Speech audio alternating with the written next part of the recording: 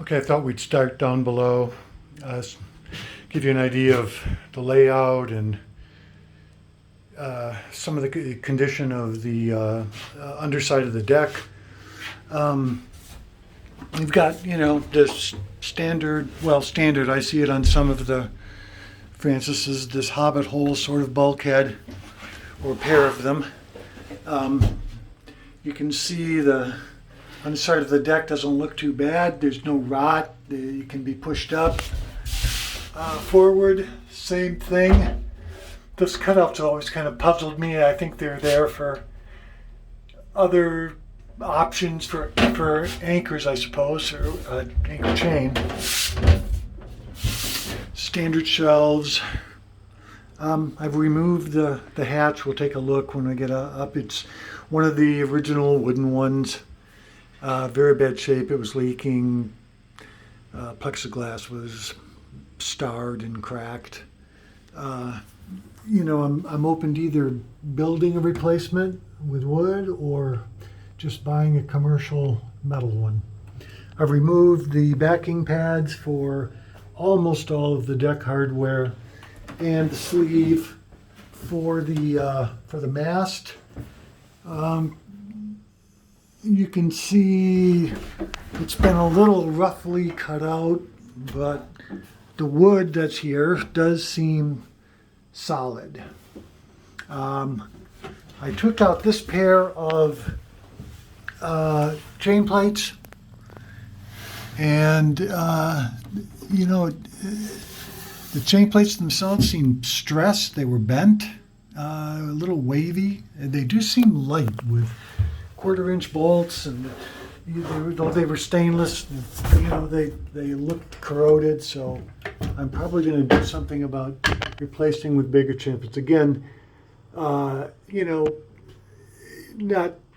maybe not well preserved, but not rotten. And then they had a spacing board. This side didn't have the spacing board. The other side had the spacer. But you can see, not rotted. And on this side, I haven't pulled these out yet, but here's the deal with a spacer. This one looks like there's been an old repair, and if you look when you go up on deck, you'll see that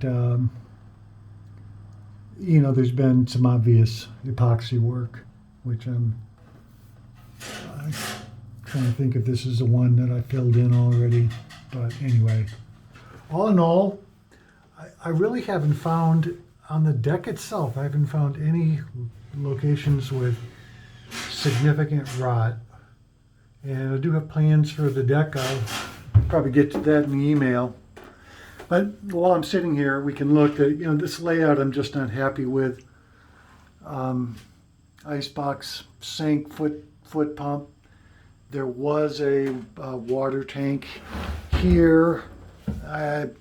Maybe 20 gallons. Stainless steel.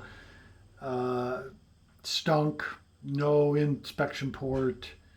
I pulled it out. I'm going to replace it with, food safe polyethylene or whatever. Haven't completely decided yet. Mast step. There was a porta potty here with a hood that came down. I'm not a big fan of that either. I'd like to go with an airhead and get kind of a dedicated space for it. But that's next year. This year, I'm focusing on other things. So these epoxy filled holes you see are where the handholds on top of the cabin were removed. I used a large bit, Forstner bit, to widen these out and fill them with epoxy. If I put the handholds back in that location, my goal is to have no openings through the deck or the cabin top that actually go through wood fiber.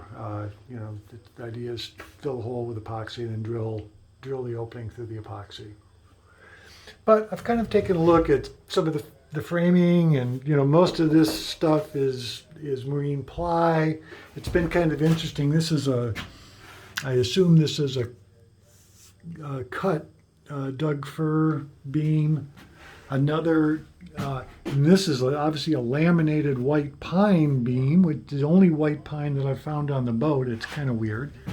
These side frames, maybe moldings, nice Douglas fir, and then these, I guess, mahogany or these are where I pulled the seat combing, the cockpit combing boards off. I don't like that arrangement either. Those were bolted up or screwed from up underneath the deck, through the deck into the edge of the combing board. Very unsecure, and they were leaking. So I've patched all those as well, and I've got to come up with a different approach to a cockpit combing. The venerable MB7A under here, and like I mentioned to you, really runs fantastic. But pilot berths or sea berths here, again, the interior I'm not worrying about right now, but I don't like this arrangement. This had one of the hibachi wood stoves, real cute, but blick. And I think an alcohol stove here. But that's kind of it for the interior. Oh, I've removed, obviously, the dead lights. I want to replace this with either 3 round bronze opening ports per side or 2 ovals similar to this one. Again, I've got a whole interior plan that I'm drawing up, and it's quite a bit different than this. I'll leave it at that. So this is one of the things that kind of disturbs me. This little short Traveler is so short, it's almost useless. And where to put a full width replacement is the real question. I also, given what I want to do with the interior, I need to have opening cockpit seats here. So I need to think about the modifications for that. I need a hatch back here. As you can see, I've got most of the deck hardware off. Rachael came, I guess, when they delivered her to Al Pettigrew. The sliding hatch cover blew off, so I made this temporary thing out of Douglas fir and white pine, and it's okay for now. But long term, I want to build a teak or mahogany replacement. So that's it. So the big thing on the deck at the moment, as you can see, I've gone around the entire deck hull joint. I've ground away all the existing fiberglass, relayed 6-inch tape through the entire perimeter. A lot of the existing glass had lifted. The port side along the cabin had leaked, and that's where you can see some of the damage that had happened, the water leaking down the hull, inside hull, and pooling at the furniture, and that's just kind of crappy marine pine, or non-marine pine, I'm not even sure, it just has rotted away over time. So and this again, the handholds, this was the hole for the stovepipe. Obviously none of this has been faired yet. Here's a sample of the kind of fair leads that were throughout the boat. That's the only hardware to guide lines on the boat.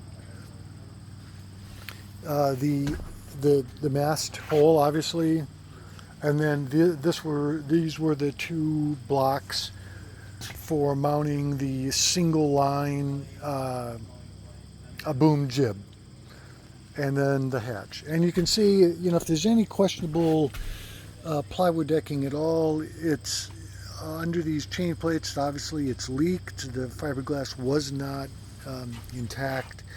So what I'm thinking about doing is cutting a much larger square out and glassing in some Kusa board or something similar to that, and then recutting the slots for the chain plates, bigger chain plates that would get mounted in the same place. And again, hatch got to figure that out. These openings that I haven't glassed up yet, are or epoxied up are from, I guess, the anchor. I didn't really recognize them actually, but it looked to me like it was a place to kind of jam an anchor on deck. And to starboard here is the water pipe opening, which is really looks kind of shaky, and the opening for the anchor chain. And then, I haven't taken these forward. Fair leads in off yet, and I'm not actually sure I'm going to. Now that I'm kind of giving up on the idea of the bowsprit. That's kind of it. I'll in the email I'll give you an idea what some of the more major plans are and my timetable and the rest of that sort of thing. But if there's anything specifically else that you'd like me to focus on from looking at this, just let me know and I'll take a shot.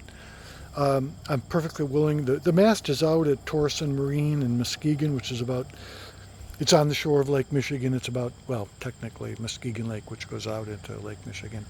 But I'm perfectly happy to drive out there and take a video, close shots of the mast so you can see. But I'll answer your questions in the email. So just let me know if there's more that you want to see. Thank you, and talk to you soon.